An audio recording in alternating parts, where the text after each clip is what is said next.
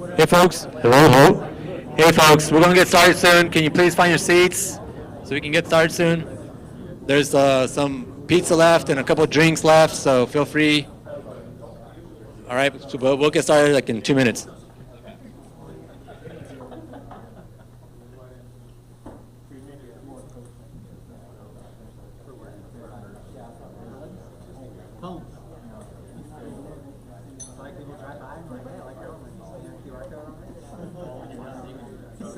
Just like take a picture of their house, like what is this record you do on my house?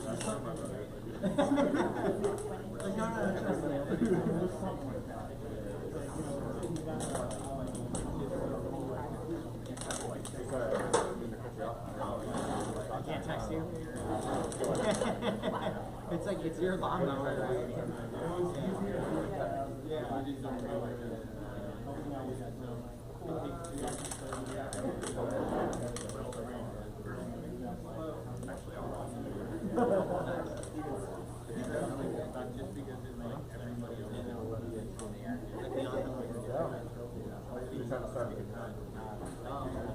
How much of that? I thought you never know. Get the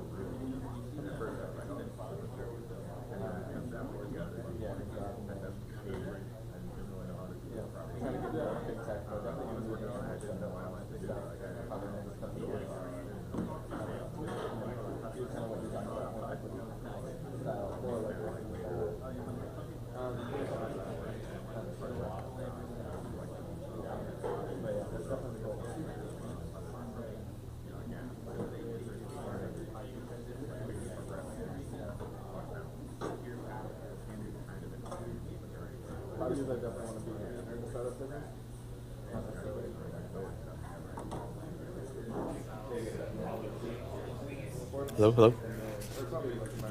Hello, hello, hello, hello, hello, hello, hello.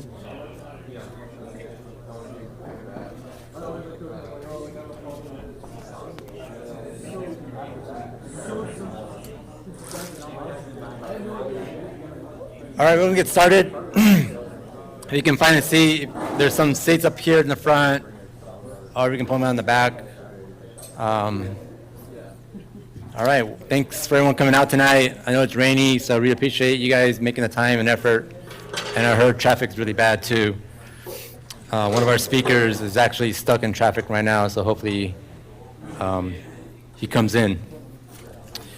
So welcome to Capital Factory. Capital Factory is an incubator for startups. They sponsor the venue for the Meetup. They do a lot of startup stuff, so if you're interested in startups, go to their capitalfactory.com. and check out their memberships. It's just something that, as part of a sponsor, you know, that's kind of the blurb that they do. But anyone park in the, okay, I got a stack full of tickets or discounts for the parking validation at their garage. So please get one and pay half the price, or I don't know, quarter of the price of it. I'm not really sure what it is, but please do seek me and get a ticket. I'm your host, Roberto Fuentes. I've been doing this for almost 8 years now, and I got, I don't know, full stack, DevOps, systems admin, database admin experience, whatever, but React is something that I've been doing for fun for a long time, and 8 years ago I had an opportunity to start it, the Meetup here in Austin when I first arrived, and so it's been going on ever since. We're actually started in that building right across the street right here on the 4th floor, so making the transition over here is really good. Obviously, Capital Factory has a lot more space to host everybody else as well, so big shout out, Capital Factory. Our sponsor for tonight for the food and drinks, again, stuck in traffic. Hopefully they'll come in time and they can tell you about Noonlight. But they did buy the pizzas and the drinks, so hopefully when they come in, we can give them a hand. We are community driven, so I don't do any social media or any of that. I actually React, the Twitter handle is relatively new. So a lot of this stuff is because of the community, right? We started off very green. I never advertised it when we're having our meetups over there. Never advertised it, and people are showing up, which is great. So it tells me the community is really active and really participates in the React ATX meetup. So if you want to speak, please let me know. I'll set you up. It doesn't have to be anything hardcore, right? A boot camper, 10 years, 5 years experience, or if you just want to talk about CSS and work on your presentation skills, let me know. We're also looking for sponsors. One of our main sponsors, Lewis Harvey, a recruitment agency, kind of pivoted away from JavaScript into something else. So with that, they took React with them, and so we kind of lost them as a sponsor. So we're actively looking for sponsors. Noonlight came up. So if anyone is working right now at a company that wants to help sponsor the meetup every month, let me know as well. Send me an email at meetup React ATX, and we can start the conversation.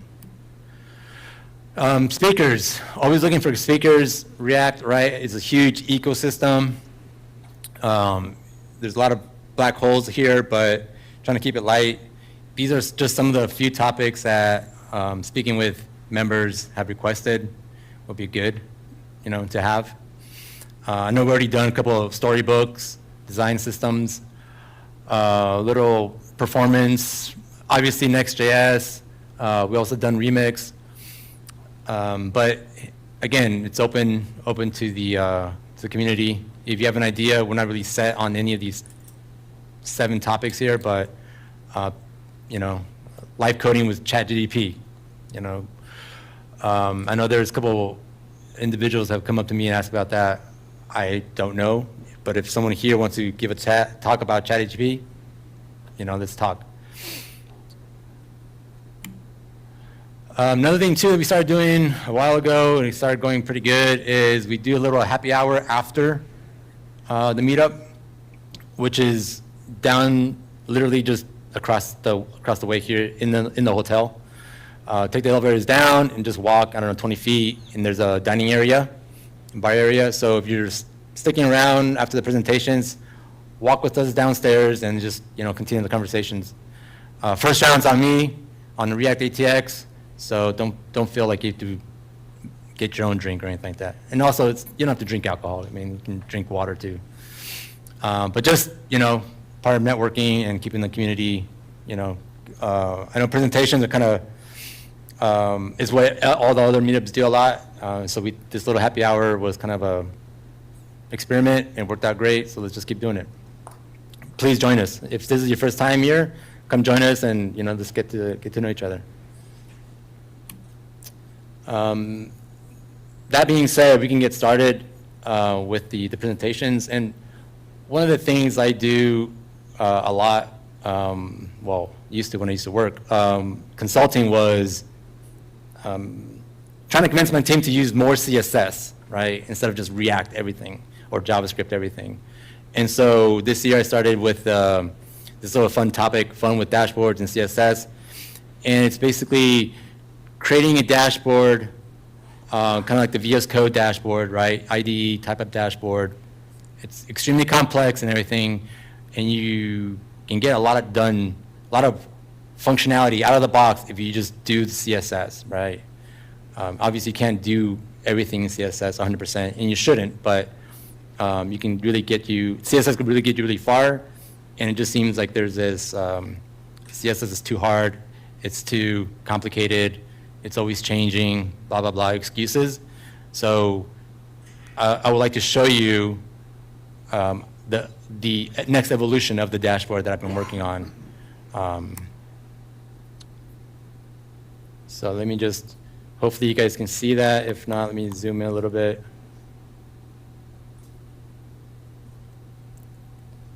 I think it's already running. Yep, okay. So this is the result. I think last time we did this switch, right? So this is kind of the dashboard. It's like if you go to vscode.com, you get an online dashboard of the VS Code IDE. And so taking the idea, there's a lot of JavaScript that they use to do a lot of stuff and translate it into as much of CSS as possible. And so grids, flexbox, right, animations, whatever, what have you, right? Things that you can do that you don't necessarily need to use JavaScript or React. And so just to recap, last time we talked about the swapping effect, right? We're just switching out the grids. There's a CSS switch out, right? You're not re-rendering the whole thing. There's no state here so that React is triggered to run. We also implemented this other sidebar that comes in, right? The secondary, and it also swaps along with it, right? And so this time around, I wanted to show you a dragging feature, right? And so IDEs have this. It looks really great. You swap out, or you stick out the other column, secondary panel, little drag and drop, right? Or sorry, a little drag, bar drag, and then you can swap them. Right, now everything's fine, everything works. Right, and so this time though, I wanted to do 3 things. I'm going to do one thing today, but if you ever solved this problem, has anybody coded this before? Like a drag? No? Okay, so it's not easy. Bottom line, it's not easy. There's a little math involved. And most importantly, you have to understand the box model, right? Obviously, I'm just saying that because sometimes we forget that there's a box model that is foundational to the browser. But understanding the box model is going to help you solve this problem. That being said, this time around, I'm going to show you the React way of doing it. Next time, I'll show you the Flexbox way of doing it. And then lastly, I want to show you the grid, CSS grids way of doing it. And compare them performance-wise and see how much the rendering and churn that you go from something React to more of a CSS solution, right? You're still going to get churn, right? You still need JavaScript. But if you just do it all in React, you pay the price more than if you kind of like distribute the work with CSS and JavaScript or React. So just to quickly go to the code base,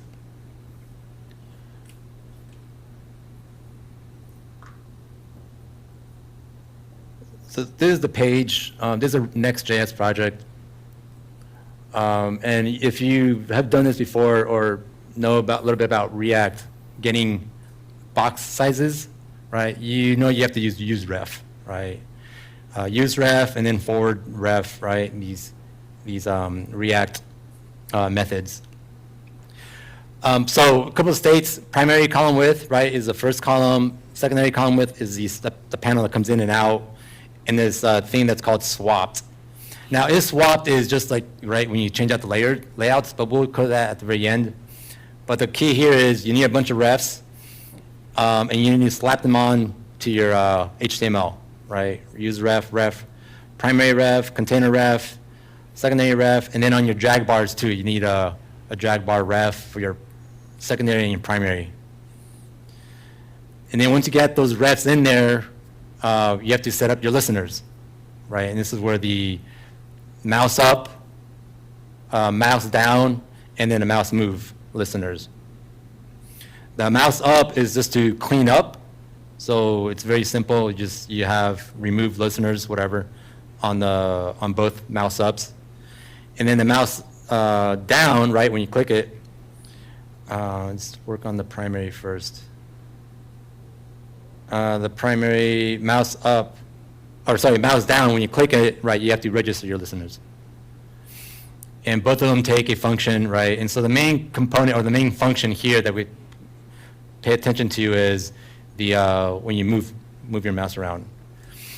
And so with use ref, or yeah, with that ref, right, we get this get bounding client rect, which is a box model of the element that we want to resize and move around. You do that for all three of them, because if it's open, if the secondary is open, you got to include it into the mix. If it's not, you have to make sure that it's zeroed out. The bounding width is the total space, right? The bounding width is the total space that the dragging is happening. Everything minus that little edge at the end, right? So we want to make sure that we get the three boxes, not the one at the edge. That's the bounding width. It's kind of like the relative total. The only mouse event here that you get is the box model kind of like offset. I think offset, actually, I don't know if offset is deprecated or not, but here we use client X, which gives you the measurement starting from the left-hand side to the beginning of your box.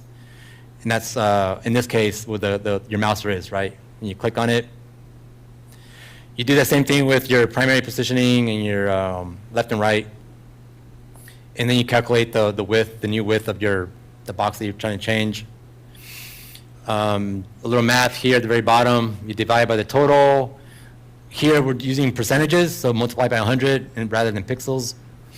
And then make sure that you don't go over 100%, right? And then that's where you set your primary. So once you calculate your primary width, now you can calculate the middle column. And that middle column is just a regular algebra. Where is it? Here it is. Right, it's just primary column width. Oh no, sorry, right here. 100 minus the primary, the first column minus the second column gives you, right, it's just subtracting the totals. And that's how you calculate the, and so every time you set the state, every time that's happening, right, you're constantly re-rendering the whole thing. Right, this whole page is constantly being re-rendered. And it looks smooth because the browsers are pretty fast, right? And there's nothing wrong with that. And so, and that's pretty much it. And the thing that you have to keep it very, very, very, very careful about the math is when you swap it, you can't use the same math anymore. The same calculations don't work anymore. You have to use, again, thinking about the boxes, measuring from left to right, right to left. This took me a while, a little embarrassed to say, is you have to swap out how you're measuring the box. And it looks simple, right? It's like the new primary width is you have to calculate it from the right-hand position. Once you swap it, the left becomes the right, and you have to use the right-hand side to calculate it instead of the left-hand side to calculate it. That's like the easy answer, the solution to it. But it took me, I don't know, a lot of time to figure that out. Anyways, but that's it, right? Once you have that swapped out, the math just does it by itself. And that's the state you have to change, is swapped or not. Every time the state changes, right, you re-render it. Every time a new column gets calculated, you re-render it. So you think about it, there's a lot of churn happening here. right? Just doing that, this thing's getting repainted, right? The DOM is getting repainted all the time. And then this was a little fun thing to do, but I'm just trying to get the point across that you can do everything in React 100%.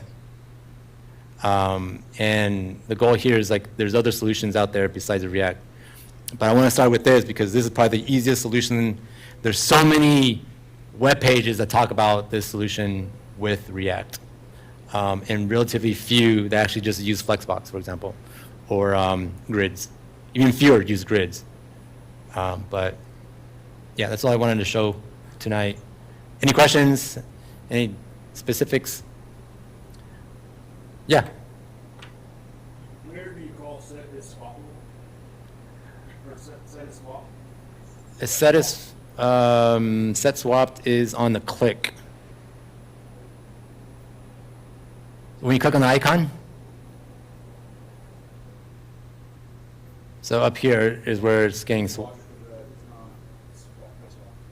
Yeah, it's just a has swapped. So there's a class. I can show you the HTML. There's a class Right pane, right? for both right and left pane. Okay. Yeah. Could get to swap it back. Well, I guess it's just relative. But if you swap it, there's this. You zoom in a bit.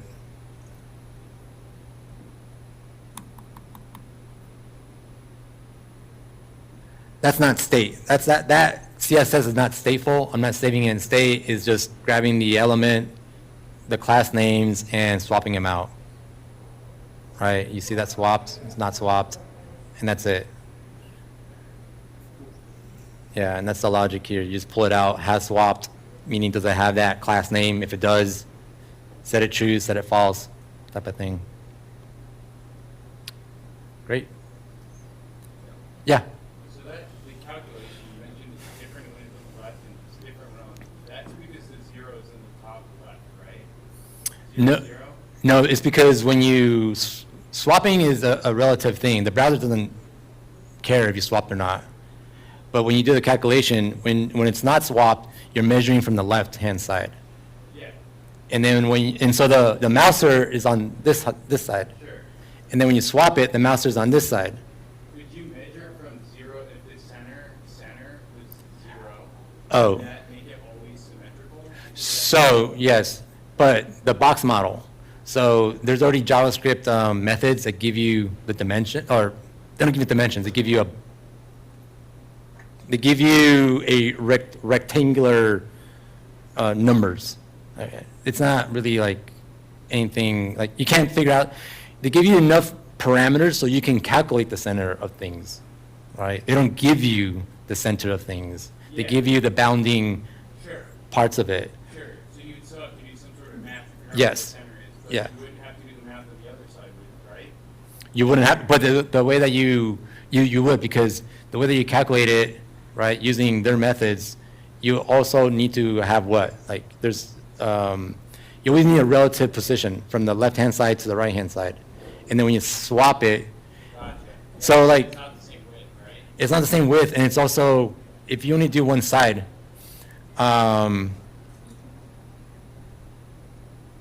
so right now I got two, but if I swap it, this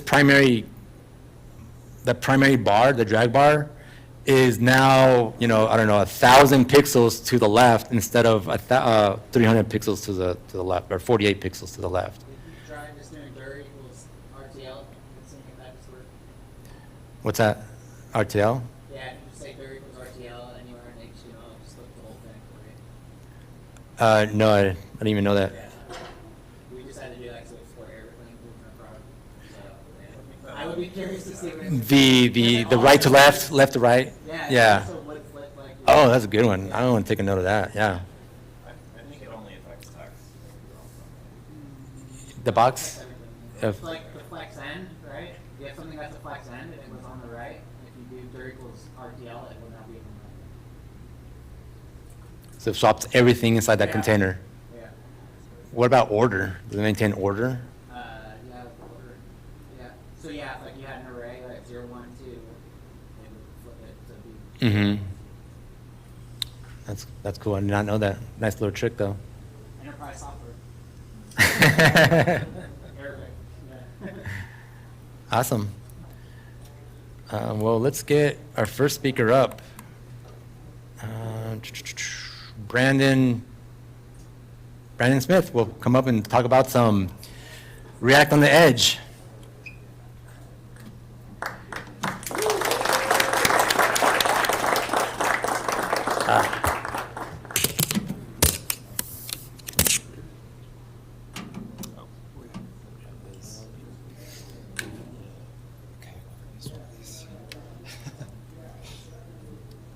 It's good for coding.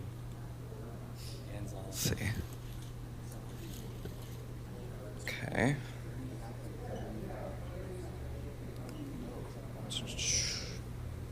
Okay, can everybody hear me? Good? Cool.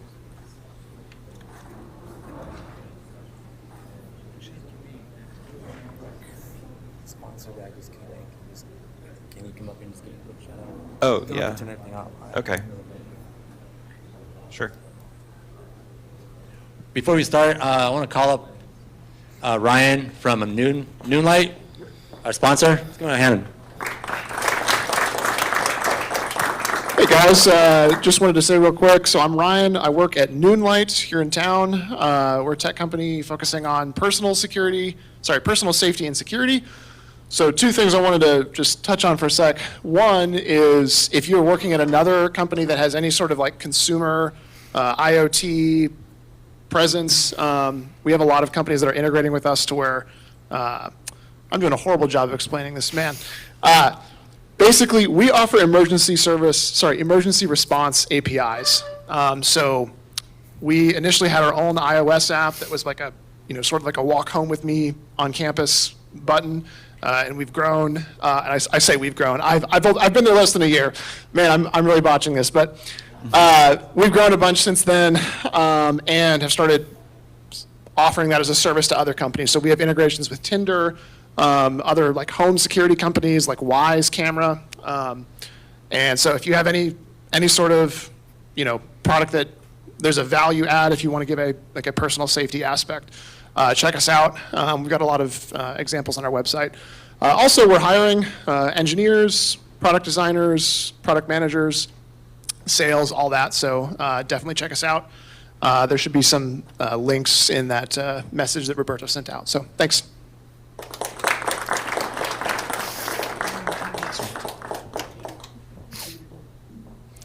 Hi.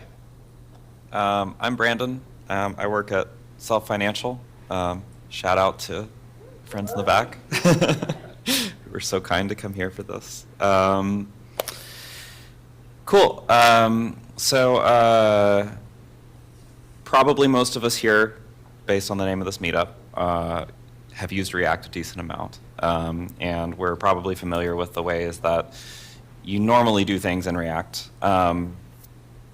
But we may not always know exactly why we do things in certain ways, or what would happen in some atypical situations. So I wanted to walk through some interesting, unusual situations in React, and sort of like see how they behave, maybe be surprised by how they behave, and then dig into why they're behaving in certain ways and what we can take away from that in our future debugging and understanding of the framework.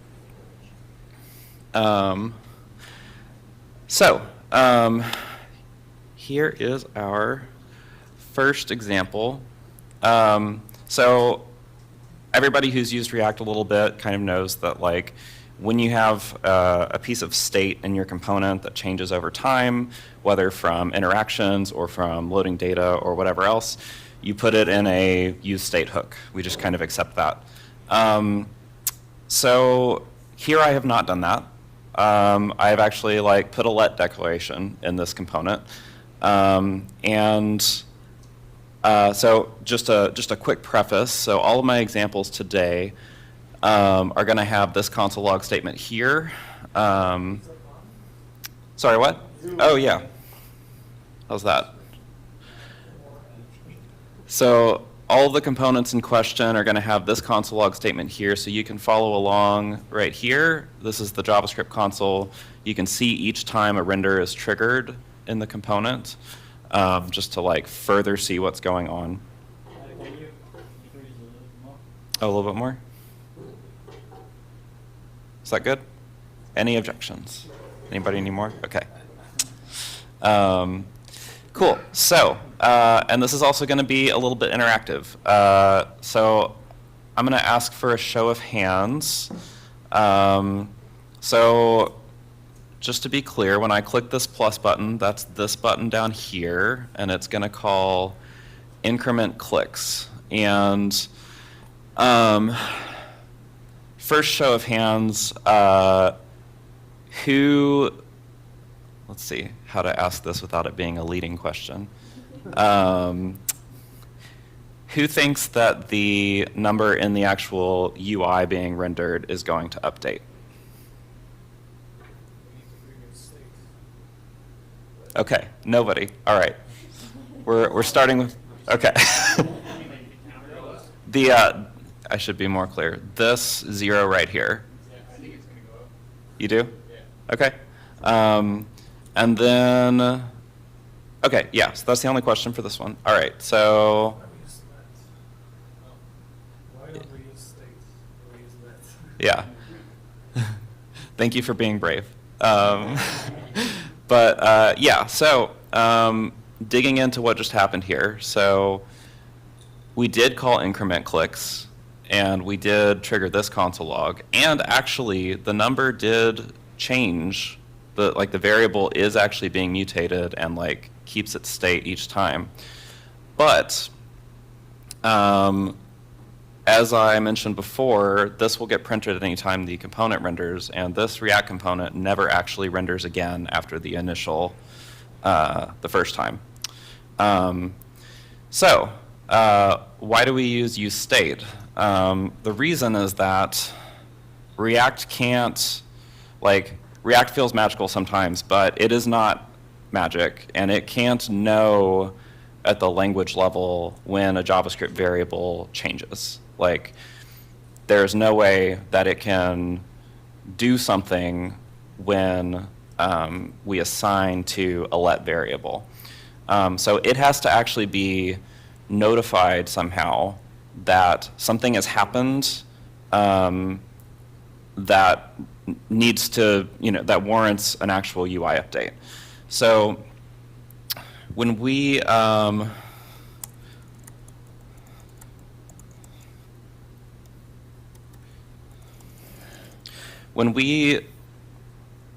reason that we call useState and that we put our mutable UI state in there is that this setState function actually does two different things. One, it obviously updates that piece of state in React's memory. It's basically a variable that lives somewhere else, and it does actually replace the value of it. But it also, because it's a function call, it can do a second thing, which is instruct React that a re-render is needed. And again, no magic, some piece of code has to actually tell React, hey, whatever component called this hook, re-render it at some point. And React does some fancy scheduling that we won't get into, but basically it happens when it is signaled to do so. I'm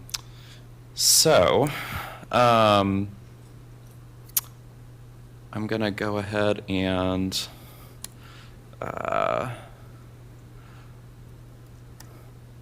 do this, and I will just copy and paste this for this other one. And actually, I don't need a button there because that one is going to do both. Okay, so, and I'll just clear this back out. So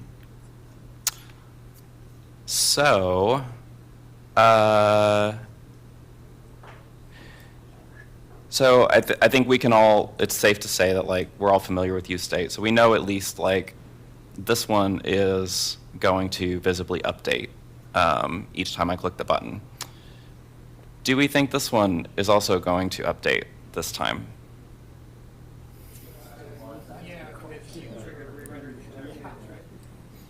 Okay, show of hands. Do you think the clicks one is also going to update this time? Okay, let's see.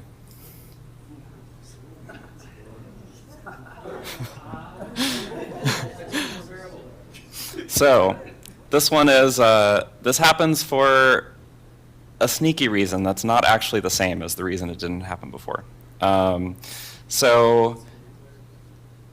Yes. So, it is actually re-rendering, and this does actually re-render and pull in the value of clicks and draw it to the screen again.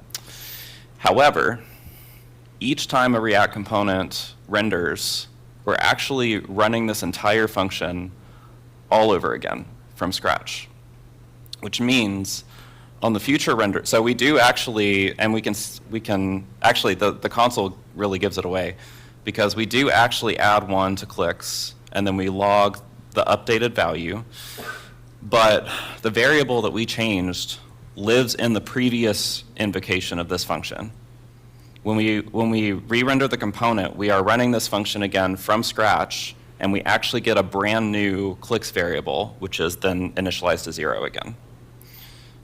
So it always is still going to, and we can actually take it one step further and just go ahead and increment it right here.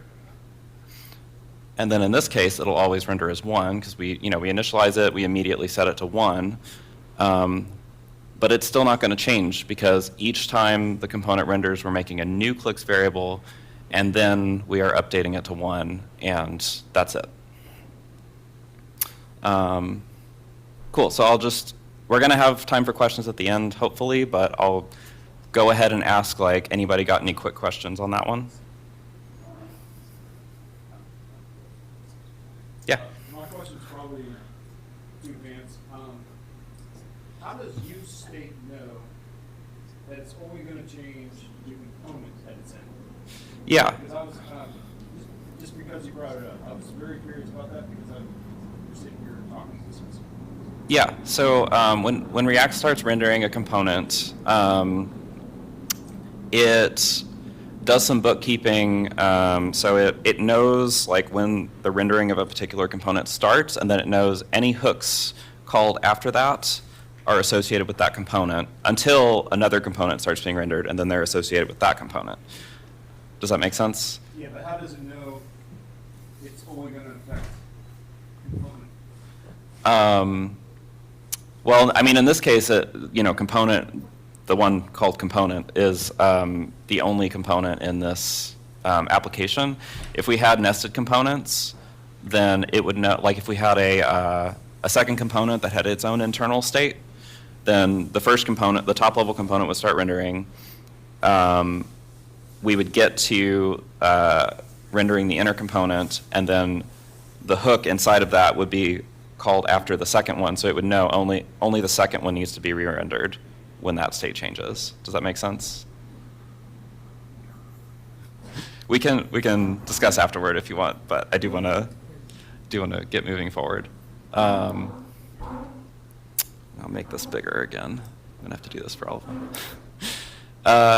Okay, so this is a situation that a lot of us have probably encountered. I know that we have at my company, where you have some component and you want to log impression events for when that component is rendered on screen to some analytics system or whatever. And just to get this out of the way, this is my fake log service. All it does is just format it and print it to the console like this. That's just for the sake of demonstration. But so this component has rendered once. We logged this. We went through, we set up a use effect because we are causing a side effect here, and that's the proper way to do things. And we create this log details object that contains some metadata about the event beyond just the event name. And then we call this, which goes through that fake log service and prints it out like so. So this is after our first render. Similarly to the last example, I've got some state. This time it's in a proper use state. When I click this button, it'll increment the number, which will update the UI. Show of hands, who thinks the impression event will only be tracked this first time and won't, like, who thinks it will fire again when I click the button? 3, 4? Okay. It does. Can anybody tell me why? Okay, yeah, I heard murmurings of the right answer. So it's in the dependency array for this effect, as you know, like the React Hooks ESLint plugin will enforce this for you and everything, but just to fill in any gaps, like the reason the dependency array exists is basically it's saying if any of these values changes since the last render, do this again. Now, you may be thinking, log details is the same every time. It hasn't meaningfully changed, so why would that cause it to trigger again? The reason is that the values in the dependency array are compared basically with triple equals. And for objects, each time you make a new object in JavaScript, it is a different object. Even if it has the exact same contents, it is a new allocation in memory with its own unique reference, and the reference is what's actually compared. So like if you mutate one object after creating it, you don't mutate the other one that looks exactly the same. And that identity is what determines whether or not two objects are the same. So again, when a component re-renders, we are running this entire function all over again, which means we're creating an entirely new log details object here, which means the use effect sees a new value for log details and says, oh, I need to run this effect again. So some practical thoughts on this. So what would you do about this situation in real life? One thing you can do, if you did actually want it to be just like constant and unchanging, you can just pull it outside of the component, and then now it gets initialized when the app starts up and never ever changes, no matter how many times this component is rendered. So now we can see the component is rendering, but it's not firing the log call again. Another thing you can do, which you would want to do if, like, in real life, you probably are not hard coding the user ID.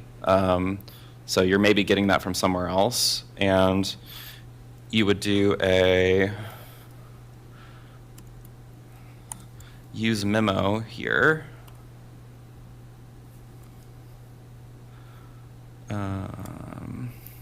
And then, let's see, I'll just pretend that the user ID is in a piece of state.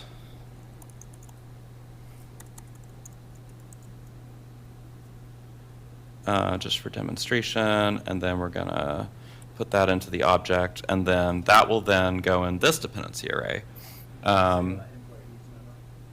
Yes, I do, yeah.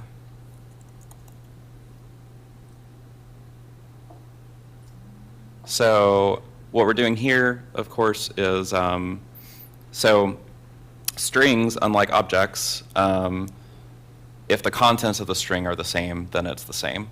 So this use memo is basically saying, if we get the same user ID, then we want to get the exact same details object that was constructed using it. We want to get the same actual instance of that object that we had on the last render, which use effect can then look at it look at in its dependency array and say, oh, we have the exact same one as last time. I don't need to make this call again. So that's one of the main values of useMemo. Yeah, any questions on that one? Just use state. You could put it in use state, but if it's so like if it actually were like if it were actually like hard coded and wasn't factoring in any props or state of its like in its own construction, then that would be one way. I mean, I prefer to just pull it outside of the component, but yeah, that would work because use state will return you the same value as last render. Yeah. Okay. So the next one. So this is one. This is like an easy thing to mess up. I've messed this up before. It's really a subtlety that you can trip over in React. So what we've got here, oh, I need to make it bigger again. So what we've got here is we've got two pieces of state. So this one, again, just follows along with clicks of the button. This one, so each time we handle the button click, we increment clicks, and then we set double clicks to 2 times clicks. So who thinks this is going to work the way we want? Oh, and I need to pull this down. Oh boy. So let's see if there's another question I can ask. So who thinks doubled clicks is going to update at all?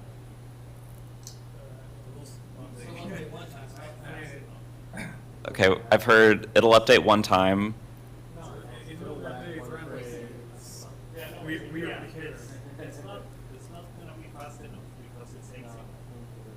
It's not actually, well, React rendering is kind of async, but that's not really what's happening here.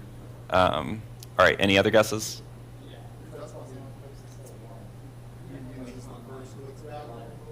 Yes. So, yeah. So let's take it for a spin. So the first time I click it, it seems like it doesn't update at all. The second time, it's the same for some reason. And the third time, it's something completely different.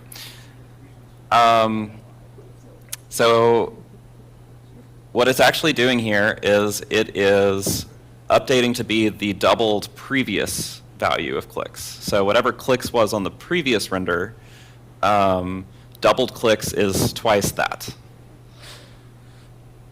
So the reason for this is because, again, so think about consts in JavaScript. So a const is a variable that can never ever change. Like, it's not just that you can't assign to it. It's like that value, it like is impossible in the JavaScript engine to take on a different value within that scope. So when we call set state on something, obviously we end up getting a different value here. But again, it's because we're getting a different clicks const, because the entire function runs again, and on the next render, it asks React for that piece of state again, and it assigns that value into a new clicks const that only exists in that render. The previous render still exists in memory. And anything that already had a reference to the old const is still going to be referencing the old const. It can't change out from under that code. So when we click the button and we call increment clicks, we instruct React to update clicks, and that goes off into the ether. And then we instruct React to update doubled clicks, but this is still like, nothing happens between these two statements. This is a directive for React to eventually re-render this component. And so by the time we hit this line, nothing has changed. We're still referencing the old value of clicks, and we send React a separate signal on what doubled clicks should become. And then it renders with both. Yeah, so I guess general takeaway from this is like, yeah, it's, you know, it's avoid calling set state with something else that was just changed in the same piece of logic. So you Yeah. should derive on render. Right? Should what? You should derive on render. Yes. Well, yes. Double click is pretty Yeah. simple. So like in this case specifically, real quick, there was a question back there, I think. I was asking when set double clicks was called, it did render, but because the value of clicks was 0, it just remained 0. No, so it's still, so right now clicks is 3. So when I click this button, clicks changes to 4, or we instruct React to change clicks to 4. But then we call set doubled clicks with 3 times 2. So it's going to be 6. It's going to be 1 behind because it's always referencing the old one. And yeah. But yes, somebody pointed out that in this case, the proper solution is to, since this, you know, and it was simplified for the sake of example, there are more nuanced cases, but in this case, this is very straightforwardly a derived value, and instead of having 2 pieces of state at all, we should really just,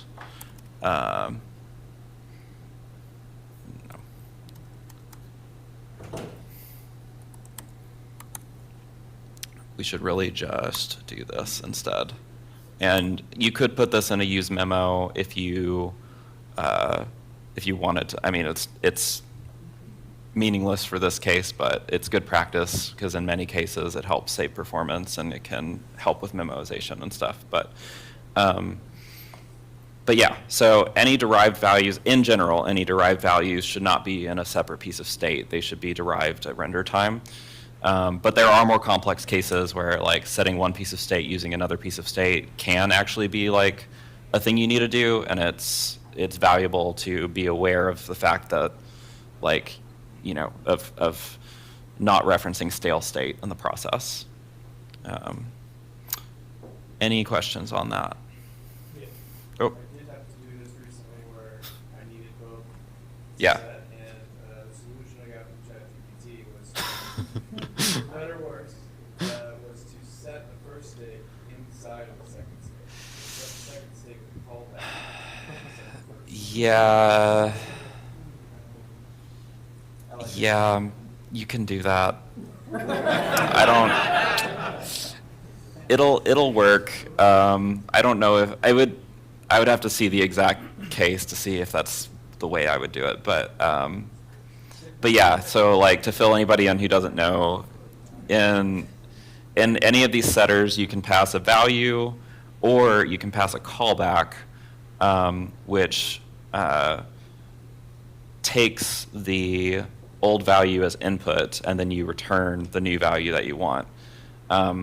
Really, that's intended to be a pure function that doesn't have any other side effects. Like that's the kind of behavior where it's like, yeah, I think that'll work right now, probably, and do what you want, but it's like, it's not really the intended use of the API, and it's something that like the React team could change the behavior later, and that might break. You're Huh? saying like the set state had the first argument is the next state, the second argument is the callback? No, I'm saying you can just pass a callback. Oh, yeah.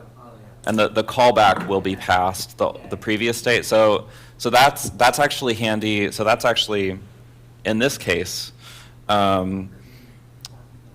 this is actually a good example of that, because like even just incrementing clicks, like right now, this works fine and it would usually work fine, but a slightly better way would be to do this instead. And the reason for this is, actually, this is a good relevant example. So if we do this versus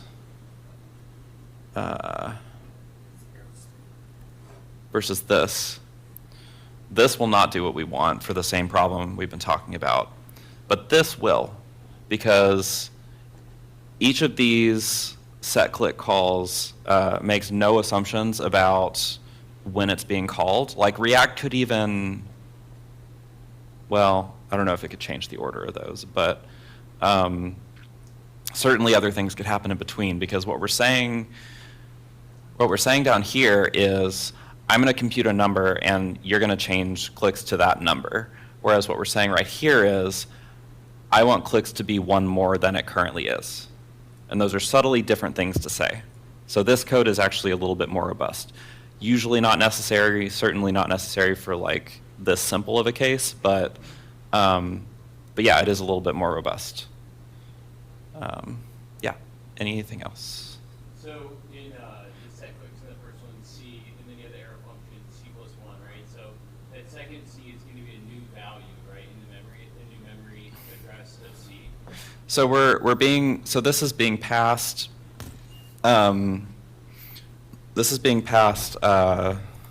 like whatever clicks is at the time that React decides to perform this update.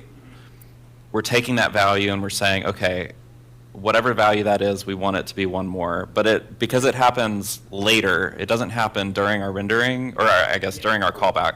It happens later when React actually does the update. So the first clicks is a different memory address than the second clicks, correct? Each one is different, yeah. But so in JavaScript, that doesn't really matter for numbers.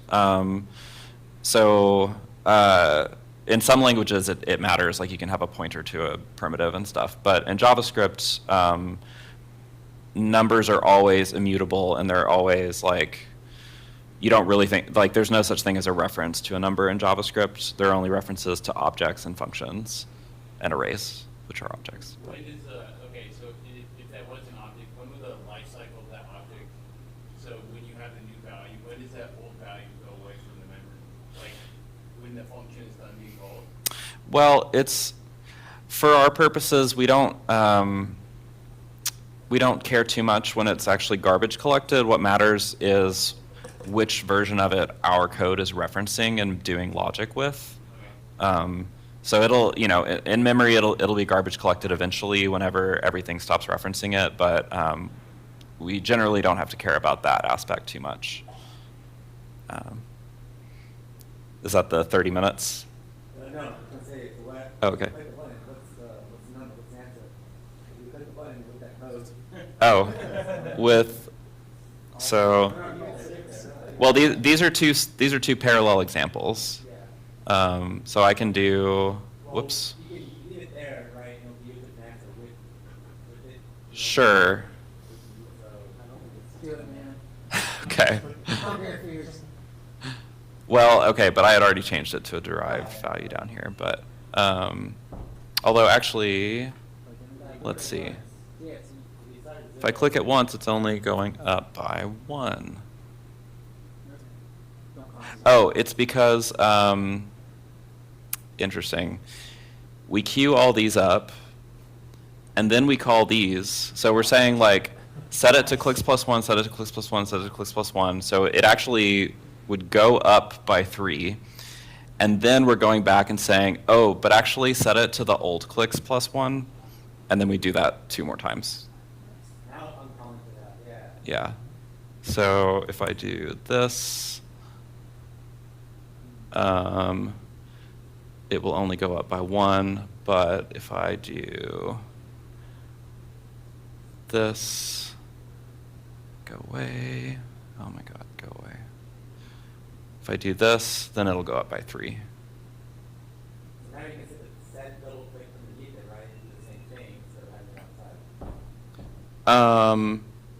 Yeah, so the thing is, like, again, this is intended to be a pure function, like, given some current state, give me the next state. So you could, like, I think the earlier suggestion was to, Put it inside though, you can leave it outside. If you do at the very bottom, no safety, I believe it's one, like, you do the same thing with double click. put it where?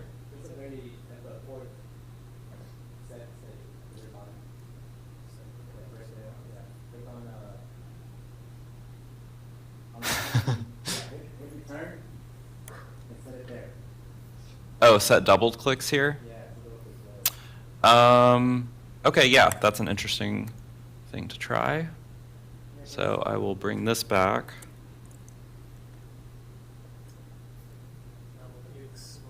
Still no to the previous thing. As it was the same with set clicks. It will work the same thing. So, show of hands.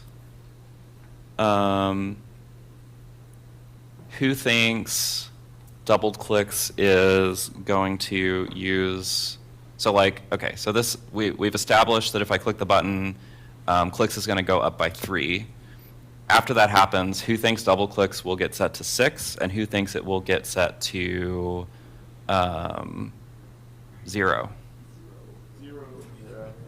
0? Huzzah. Now, if I click it again, 6? Yeah, any dissenters? 6. Yeah, because it is, It's the same problem with set clicks. yeah.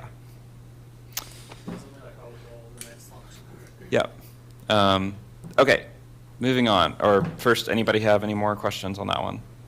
But we did async await on set clicks, would that work? You could still make it wait for the event loop. That's actually gonna be like, It's what it's synthetic examples. I believe, Yeah, it's not, it doesn't return a promise. but I believe you can still await it and it will still kick it over the event loop. Well, let's find out. Let's see, what if I, You gotta have it. You could await on all 3 of them, and React is too small. actually, no, I can tell you, it doesn't matter because it's not about whether or not clicks has been updated yet. It's about the fact that, again, this line is still referencing that old const, which will never ever change, no matter what. So, yeah. Set clicks is also not promised, so even if you await it, You double c- click is not gonna kick it to the next event loop, so like that way it. I believe that you can await a statement that is not a promise and it will still, like, it'll be like a immediate promise. I could be wrong about that. But at the very least, you could like promise.resolve it or something, but. It'll let you do that, but I don't think it'll actually do anything. Okay, yeah, that could be it. Yeah, I'm not sure actually. Yeah. Cool. Okay. How are we? I don't remember what time I started. How are we doing on time? 10 minutes? Okay, we may not get to all of these. Is this the one we want to do? Oh yeah, this one is good. Okay, we're going to speed run the rest of these. So, this one is funky. Okay, so this one we've actually got 2 components. Ooh. So we've got this smaller component, which is this guy. So it holds the actual count and the plus button. It's also got a border color. So if we set this prop, that'll just let us set the color of this border. Now, up here in our main component, there's a few things going on. So the main thing is we've got this piece of state. So it's a Boolean, it's either true or false. And If it is true, then we go down this path and we return this, and we pass it a prop. We pass the subcomponent a prop of cyan, which is like bluish. If it's false, we go down this path instead and return this code, and we pass it a prop of crimson. And then this is just the actual toggle itself and the heading, and we just insert that. In either case, we insert the same thing there.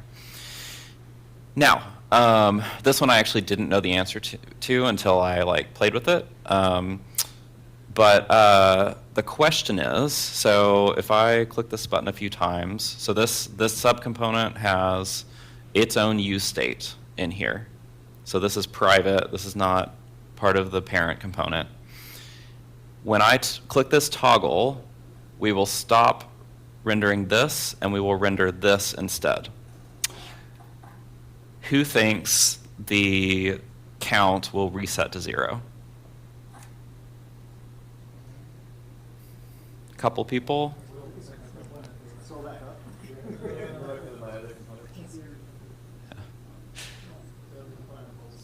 Can you go to my other component? Oh, yeah. So this hook lives inside of this component. This component owns the state.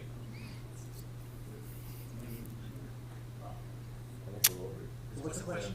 So the question is, when I click this toggle, again, we will go from rendering this branch of code to rendering this branch of code.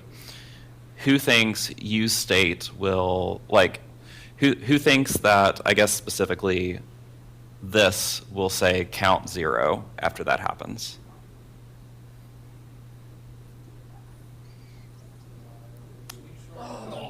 It does not. So this one is fun. So in the code, these look like two separate component instances, right? However, React doesn't look at our code. It doesn't, currently at least, it doesn't know about our code. It doesn't know about this if statement. It is running our code, and it is getting an output, and then it's putting that on the screen. So from React's perspective, these are the exact same component instance. And the only thing that's happened is, oh, we've passed it a new prop. The prop, from React's perspective, only the prop has changed here. And so we've got the same component with the same piece of internal state, so we just hand back the state that it had before. Now, if I do this, so it reset because it restarted the app. So now who thinks use state will reset to 0? Loaded question, I know, but I have to do it. It does. And the reason for that, and this is why keys exist in React. A key is an identity of a component instance. So it tells React, this one with this key is different from this other one with this other key. And of course, normally we're familiar with using keys in a map, like when we're mapping an array to some component. But this demonstrates why it's important. Because if, let's say we are rendering that array, and we don't have good keys on there, and then something gets removed in the middle of the array, React will get mixed up about which component on the previous render corresponds to which component on the new render. Because keys are the only, all it sees is oh, we've rendered 5 things, now we've rendered 4 things. It doesn't know without keys that one of the ones in the middle was removed. It only knows, okay, well, now there's 4 things, I guess the 5th one is gone now. So it will actually shift everything upward.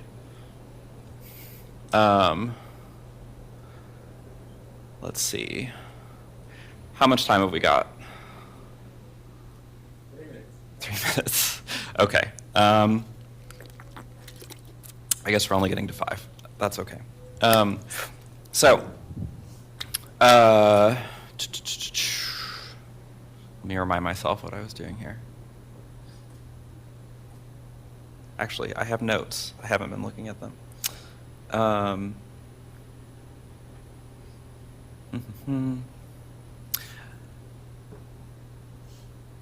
Okay, so, you know what? I'm just going to skip to this one because I remember it better.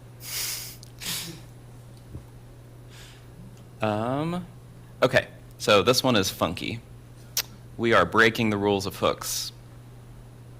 So the rules that are very scarily documented in the React docs and very harshly enforced by the ESLint React plugin, we are going to throw caution to the wind and do what we want. So here we've got 4 pieces of state, and each one of them is initialized with the corresponding number just for ease of tracking them. And we just render each of those, and then this toggle will toggle this piece of state to true or false. And if it's true, then so this is one of the key rules of hooks is you cannot call hooks conditionally, and we're doing that. So if it's true, we call this use state, the one that is initialized to 2. If it's false, we call this use state, which is initialized to 4. So we're always either calling 2 or 4. We're always calling 3 hooks, but we're going to change which ones we're calling. So how to phrase this as a question?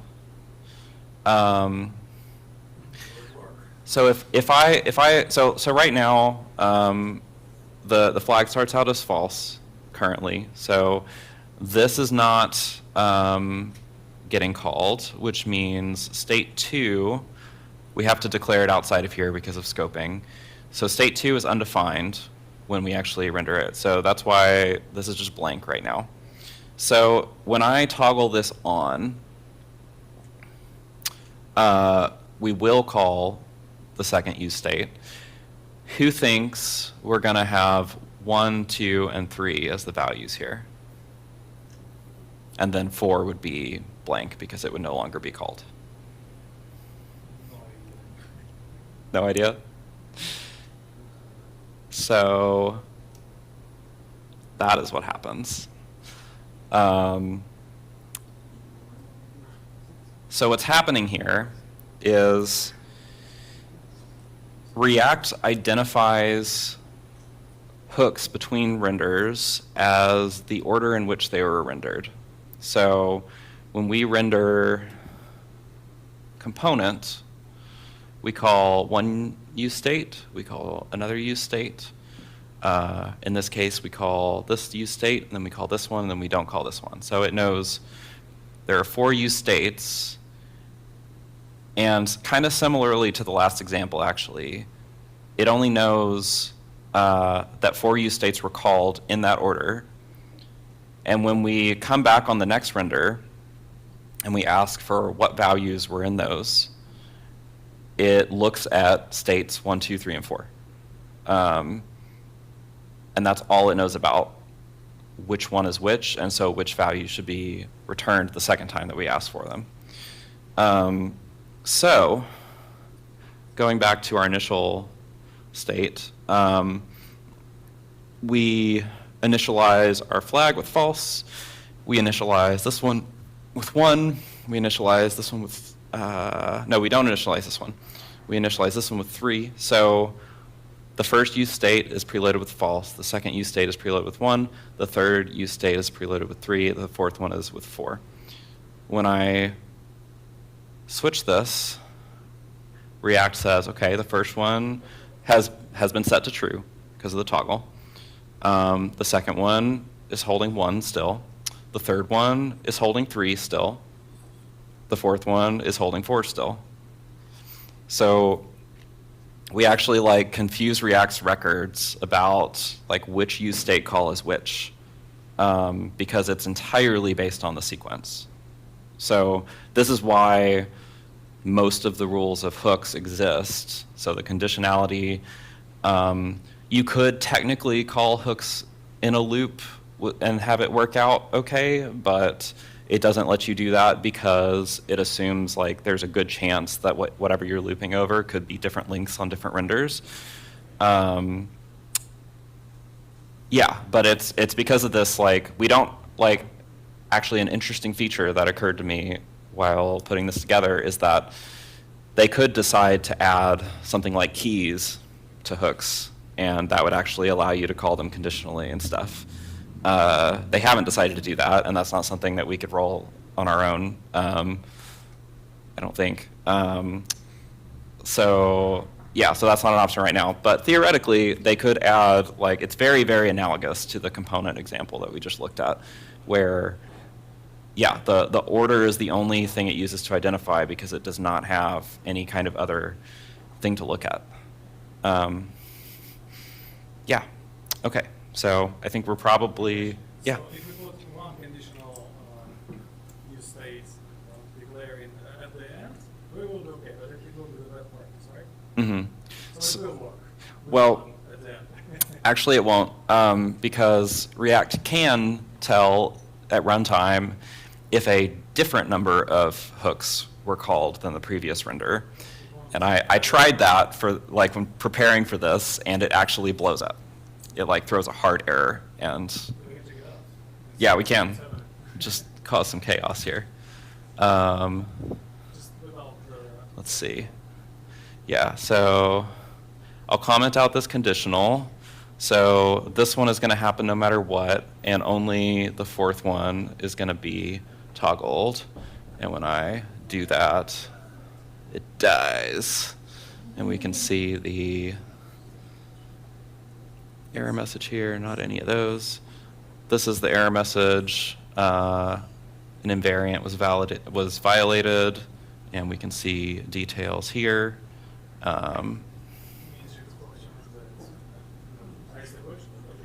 Yeah. It will be more than hooks, it will be the same, just more hooks.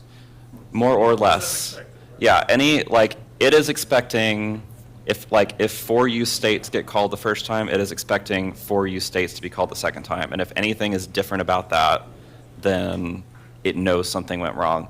If nothing is different about that, if we're sneaky and we fly under the radar and we give it exactly what it's technically expecting, then it will make mistakes and not know something was wrong.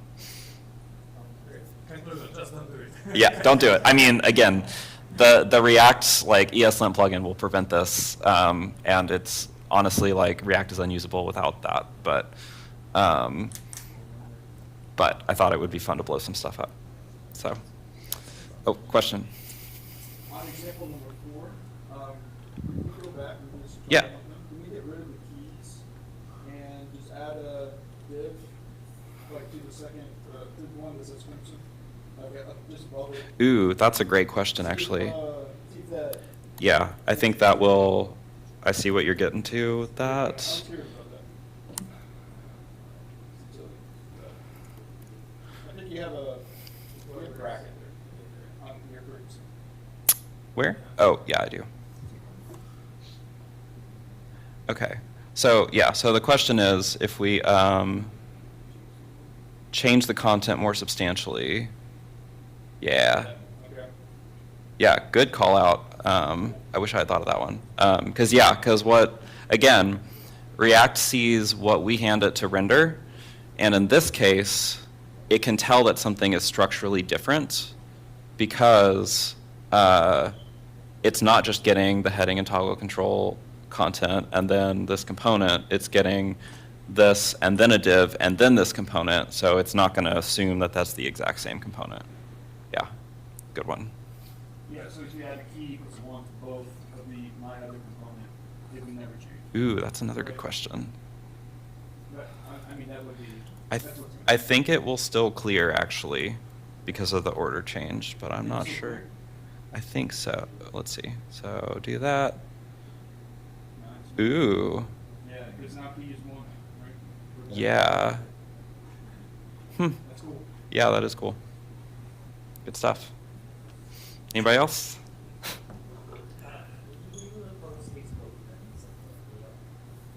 Sure. Yeah, I can do that. I'll have to like hit Command Z a whole bunch of times, but yeah. All right.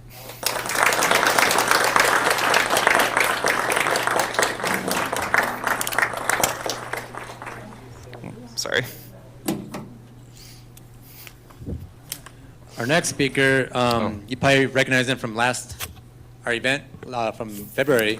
He gave a talk about Zod, but one thing I paid attention to was his TypeScript, and so I asked him again to come out. He's a great teacher, so give it up for Nathan.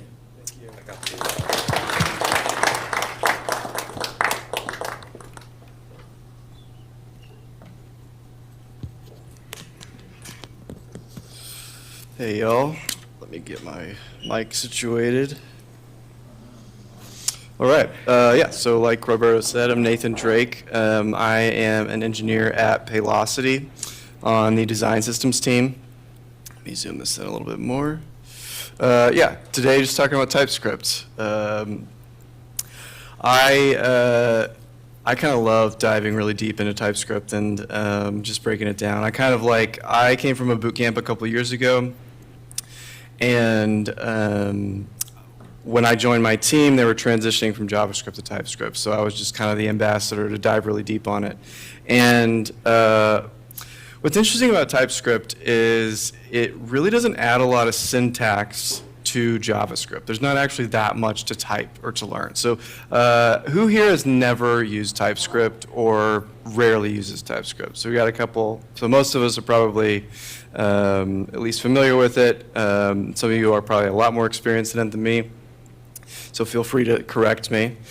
But where the learning curve is with TypeScript is in a mental model shift. Because you're writing code to a compiler that becomes JavaScript. And the code that we're writing is never actually going to be used directly. And so we're getting these errors, red squigglies in our IDE, that, it can feel like TypeScript's fighting you. And that's where people end up not liking it. It's like, well, I know my code works, and I need to get my ticket done, so I'm just going to throw an as any on this and move on. And that's when we start lying to TypeScript. Now, there are times where it's okay to lie to TypeScript, but I'm going to show you how you can optionally not lie to TypeScript. Because really all it is it's trying to help you. You can add 0 TypeScript code to your JavaScript if it's in a TypeScript file, and it will still try to help you. So it's in your best interest. It's kind of like your doctor, where it's people want to lie about how many drinks you have per week to your doctor, but it's really not a good idea. They're not going to like give you a bad report card. They're trying to help you. So we can let TypeScript help us, and I'll try to walk through how. So I think I wrote in the description we were going to build some components together. I don't think we'll have time for that today, maybe next time. I just kind of want to dive deep on this one error we have in front of us. So this is the very first error I ever solved in TypeScript with my mentor. And what we're looking at is I have a Vite app. If you're used to create React app, it works exactly the same way. We're looking at the entry point of our React app into the DOM. So if I open my index.html file, get a little bit of HTML, and then right here in the middle, we have a div with ID of root. And we're grabbing that right here, and we're shoving our React app into it. And you notice right here, I've already got an error going on. And this is what the file looked like when I got it from Vite. So this is what they ship in their template. And you'll notice here, this is not a TypeScript error. This is an ESLint error. They look the same, so it's important to make that distinction when you have a really strict lint setup like I do. And it's just saying forbidden non-null assertion. And so what it's looking at is this exclamation point here. So if I get rid of that, I lost one error and I got another one. So let's see what that is. And so this time it actually is a TypeScript error. You see TS right there. And I have an extension to make it a little bit easier to read. So look at this section here. And it's argument of type HTML element or null is not assignable to parameter of type container. And this is the key part, type null is not assignable container. So basically it's saying, hey, I think this can be null, and if it is, you can't use it. And so this is an example of where it's trying to help you. Because if you notice, I think my dev server is still running. It is. And over here on the right, my app's working. Nothing's wrong. So why do I have to deal with this? Well, there's a possibility it may not be there at some point. TypeScript has no idea the probability of that happening, just like your doctor has no idea, you know, if you drink 50 drinks in a week, how, you know, your doctor's not going to be able to tell you when your liver's going to go, but hey, it's probably going to happen eventually. So maybe we should make some adjustments. So in this case, this particular problem is not actually that big of a deal. That's why Vite ships it with this, because if this doesn't work, the whole app doesn't work, and it's pretty easy to find out what the issue is. But this is a really good example of just how to break down TypeScript errors. I feel like 95% of the TypeScript I'm writing is accounting for null checks, accounting for what if this thing isn't there. Okay, so first of all, I'm going to back up a little bit and go to our TS config. Now, it's not important that you know what any of this does. Vite ships with a great one, and there's plenty of info online. But the key thing here is this strict true. If you're starting out a TypeScript app, please turn this on, because it is so much harder to turn it on later, and you're turning off a lot of the most valuable pieces of TypeScript. So if I make this false and give the server a second, that error actually goes away. And if we hover here, we can see that it doesn't even have null as an optional return type on this function anymore.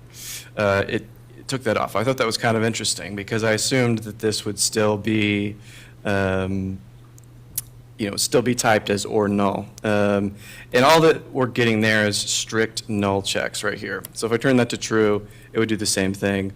What strict true does is it groups like 4 different options and turns it on for you. If you're going to use TypeScript, the stricter the better. It would be better to turn on strict true earlier and then do some of the lying that I'll show you in a minute until you have time to actually solve the errors. Because I turned strict true on to my team's code base when I got there, and we're still not done working through all the errors that it brought up. So it's a lot easier to just to do it from the start. Okay, so what this bang does, this exclamation point, is it just tells TypeScript, hey, I am sure that this thing is there and it can't be null or undefined. And so that works because right now we're getting an ESLint error. So if I disabled that, we're good. So TypeScript is fine with this. It's just the config that I have for ESLint prefers that I not do this. What it wants me to do is something like as any. We'll get to this in a minute. I'm going to walk through kind of the different steps you can take when you need to lie to TypeScript, and kind of the different. We'll go from like worst to least bad on the options here. So the first thing you can do when you're absolutely just have to go fuck it, we got to move on, is TS ignore, and this is the absolute worst option. Okay, I have 2 different ESLint rules telling me not to use this. So this is the worst option. And the reason being is this tells this entire line of code, or it's telling the TypeScript compiler server that this entire line of code, don't worry about it, don't even check anything. And you notice it does actually get rid of the error we were dealing with, even without the exclamation point. But the problem is we have 3 expressions on this line of code on line 8. 3 different function calls: create root, get element by ID, and render. And we're telling TypeScript to ignore all 3. So it's not a great idea, because if something happens on one of these other functions, then we'll have no idea. So the second least bad option is TS expect error. And the only reason this is still yelling at me is because my linter wants me to add a comment. Something, okay. And this is a decent option in some cases. I like this for testing. Like I will put some, just to check some inference that I want to make sure stays the same. But in general, this is almost as bad as tsignore. And so what's happening here is it's saying to expect an error on the next line. So you'll notice if I go back to the exclamation point, it is now here because there's not a TypeScript error anymore on line 8. But the problem with it is it's still ignoring, well, really, so this works a little bit different. It's not ignoring line 8, but if an error comes up on create root, I'll have no idea that I have 2 errors now instead of 1, because we just have 1 error on get element by ID. Get rid of that, it'll come back. But this is ignoring TypeScript on the whole line. And so given that, as any is actually a better option as your fuck it move. And it is okay. This is one of the things I see people struggle with when they start with TypeScript is you feel like you want to get all your TypeScript code perfect and right to begin with. And yeah, that'd be great, but it is not worth spending like 30 minutes on a TypeScript error. I would say it's worth, get as far as a quick Google, like copy over the error into Google most of the time. If it's something you're dealing with, like we're looking at the React types here, that's some of the, like probably one of the most used type libraries out there. And so there's tons of resources on it. Probably 1 million people have dealt with whatever issue you're going through. But we use, like on my team, there's some old third-party libraries that either don't have types at all or the types are maintained by somebody else and they're not great. And so sometimes you just got to do the as any. And so this is better than tsignore because we're saying we're only applying this to the one expression, to the only expression where we have an error. So if I were to get an error on create root or render now, those will be presented to me. Any error here is completely turned off, and that's what the any type does. Is it just tells TypeScript, hey, we're moving on. We can't deal with this right now. And I have seen a kind of a clever thing that people have done where if you add this somewhere in your code base, like declare it, then you can replace this with to do and you get the same benefit and then you can search these later if you want to fix them. I thought that was pretty clever. I do that sometimes. Really, when I have to use this, it's just kind of like next time I go around to that code, I'll recheck and see, hey, why do I have to use that is any? Is there a better option? There usually is. So in this case, since we know that this create root, well, it wants a container that's type React DOM container, but we know that HTML element satisfies it because that's what it is asking for here, HTML element. And so this would be the better option here, is to do that. And so what this is, if you're not familiar with TypeScript, this is called casting. We're saying that we're pretty sure that this is an HTML element. And now this type is global. We get it from, I think, React DOM. Others you may have to import. But this is probably the best of the bad options for lying to TypeScript, because we're just saying, like, this can't be null. This is exactly the same as doing this. And so you can kind of pick and choose like what you'd rather do. Both we're just saying, hey, this is probably not null.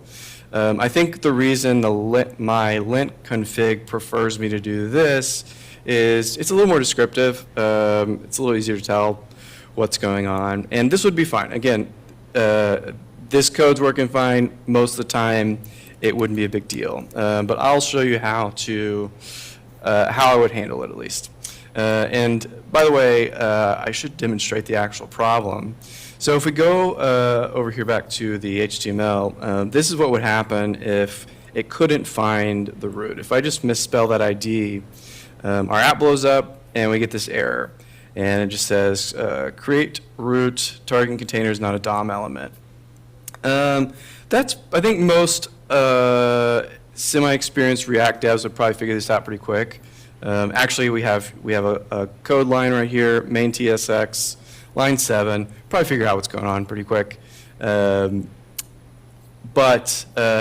we can make that error more descriptive, and we can handle this the right way. So the way to handle this is with type narrowing, and this is what I was getting at when I was talking about 95% of TypeScript, my TypeScript code being dealing with null checks, and that's type narrowing. So we want to take this that can be a thing, or it can be nothing. In this case, it can be an HTML element or null.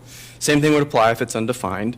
And we want to only run this code when the thing exists. So if we just wrap this in an if statement, well, actually backing up, I'm going to extract this and throw it in a variable.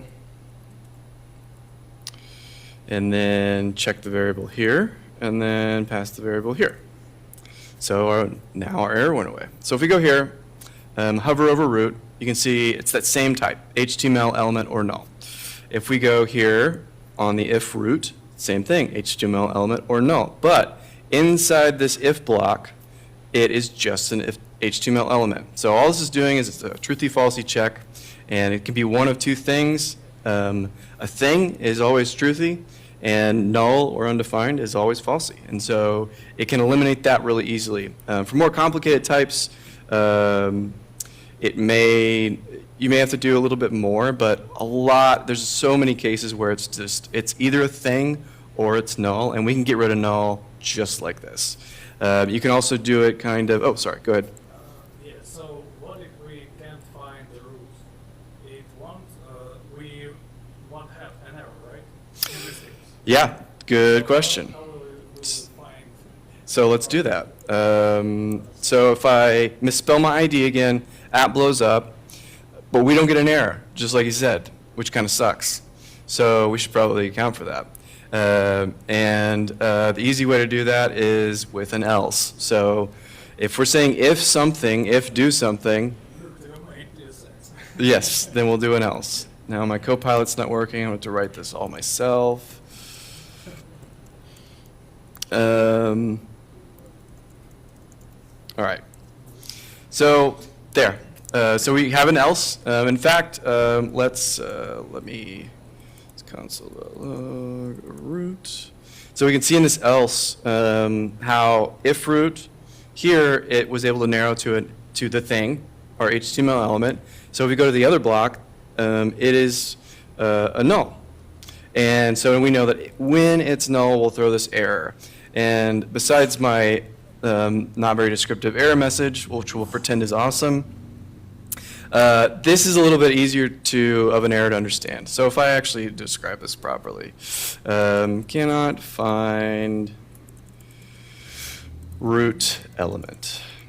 To me, this error message is easier to, ingest quickly. Like I can see, it can't find the root element, and it's at main TSX 16. And so I know we threw the error, and I can pretty quickly deduce what happened.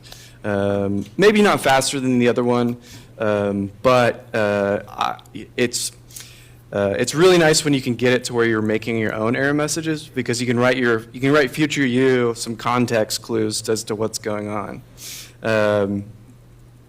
So yes, thanks for that. The else is important here, because another way you can handle this, and this is really common if we're doing this inside of JSX, is to use, I forget what these things are called, but root and it does the same thing. So it's a truthy check. If you were to invert the condition and check and raise the arrow first, Yeah. TypeScript then smart enough to not throw the arrow afterwards. Yeah. Yes. So actually, if we go back to this, and if we just did the opposite here, it'll automatically throw the error here. Even if you had the second block outside of the block. Oh, yeah. Oh, good point. We don't even need that else. I said, like, if not root, throw, and then just have the rest of the code. Oh, yeah. Yeah, you can do the same thing. So, yep, that works there. And then I can do... If you throw below root, then you're not, and if you're not root, Throw, and then just have the rest of the Right, yeah, I was gonna do this. So if not root here, and then we'll get rid of this. Actually, I'll leave it for a second. So if there's not a root, throw this error, which happened. But here, I'm getting an error. If there is a root, do this. It's saying it's an unnecessary conditional, because at this point, we already know that it's not nil, and we can get rid of that. So if there's not a root, you throw the error first. Now we know that the root. That's probably a more elegant way, honestly. I've done that often. Just right off the bat, deal with the null, and then you don't have to wrap this inside of an if statement. So that works fine. The other way to handle this would be, we could do a ternary and kind of do the same thing, throw the error here. I think it's kind of weird to have ternaries like out in the open, so I definitely prefer, this is my favorite solution though so far. But it'd be a little bit different, if we were inside of JSX doing this, but I think the important thing that you got us to is to have the else covered. Just have the null condition covered. Like, it's one thing, you're doing half the job by checking if it's null, now to do the other half by dealing with what happens if it's null. And you can do this in vanilla JavaScript if you're super thorough, but it's all on you to figure that out on yourself. But here we're letting TypeScript and strict mode kind of guide us towards doing the right things. And it makes our jobs easier. You're doing future you a solid here. And like I said, again, in this case, I don't really care about like what happens in this code, but I have done really actually when I was making this, I did something really stupid and like accidentally like threw just a character somewhere and then moved to another file, and it took me like a while to come back and find it. So like there's a non-zero chance that somebody accidentally changes this ID at some point. Probably be hard for that to make it into like getting merged into production, but it's still, it counts to save yourself time debugging stupid things in development. Go for it. Oh, cool, yeah. Yeah, this is probably as far as I'm going to get today. If I come back, we'll break down more of the React-y types. Like, this is all stuff you can apply to TypeScript anywhere. It's not React specific. It just so happens that this is. If I come back again, we can break down more building components, because that's what I do for my real job anyways. So, any questions? Was that a VS Code extension you had that gave you better error and type? Yes, I believe it's called pretty TypeScript errors. So I don't know why the internet's not working, but let me go find it. I don't know. There's one I honestly, here it is, just pretty TypeScript. And yeah, it helps. So if I go back to an error, so this is what TypeScript gives you, and it's not, for small types like this, it's not that hard to understand, but what can happen is there may be like 10 different types and then an or null, and it will write every single one of them for you, and so you got to scroll all the way to the bottom to find out what's going on. This would do the same thing, it's just prettier, you get some syntax highlighting. My favorite TypeScript guy, Matt Pocock, actually has a VS Code extension, and its main purpose is for TypeScript tutorials. Like, it will teach you about each concept as you find it, but it actually has one of these, and I prefer it. I think I have it installed on my work profile, not this one. But I do find this handy, just a little bit easier it draws your eyes to the right things. Anything else? Yes. So I like the approach you took. I always try to, whenever there's like ugliness around it, like making TypeScript, like calling TypeScript, like Yeah. ugliness, I always try to one-line it if not possible, and it doesn't look too offensive. Can you do just like, if you got rid of the line 7, and you went back to your very original code. Oh, yeah, yeah. Could you just do document development by new roots or throw an error? Or if you got to put that in a function call? What did I just do? Let me go back. Okay.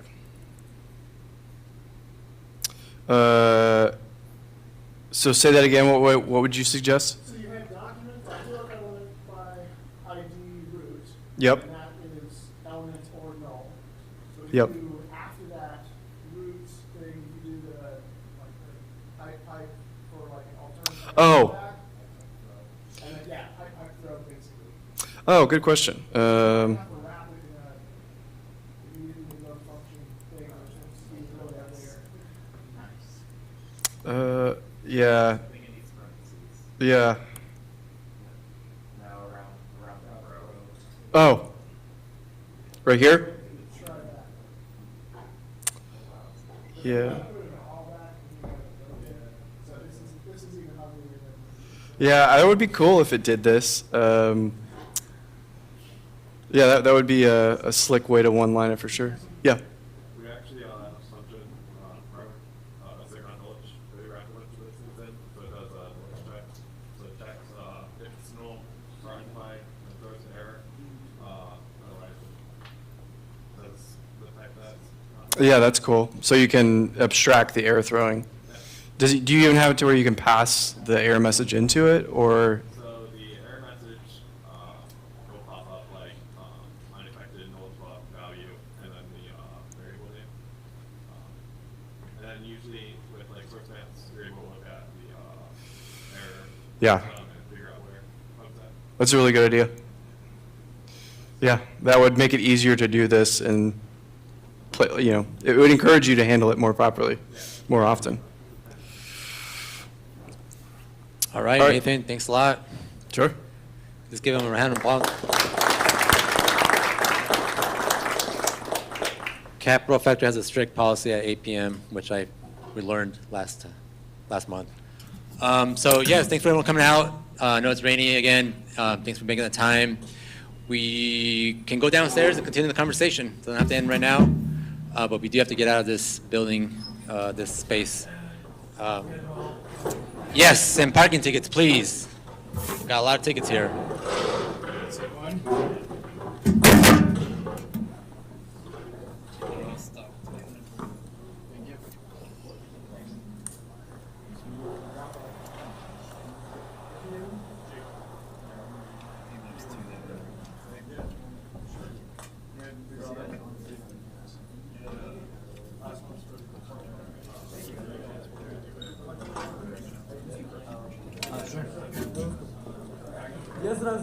Hello.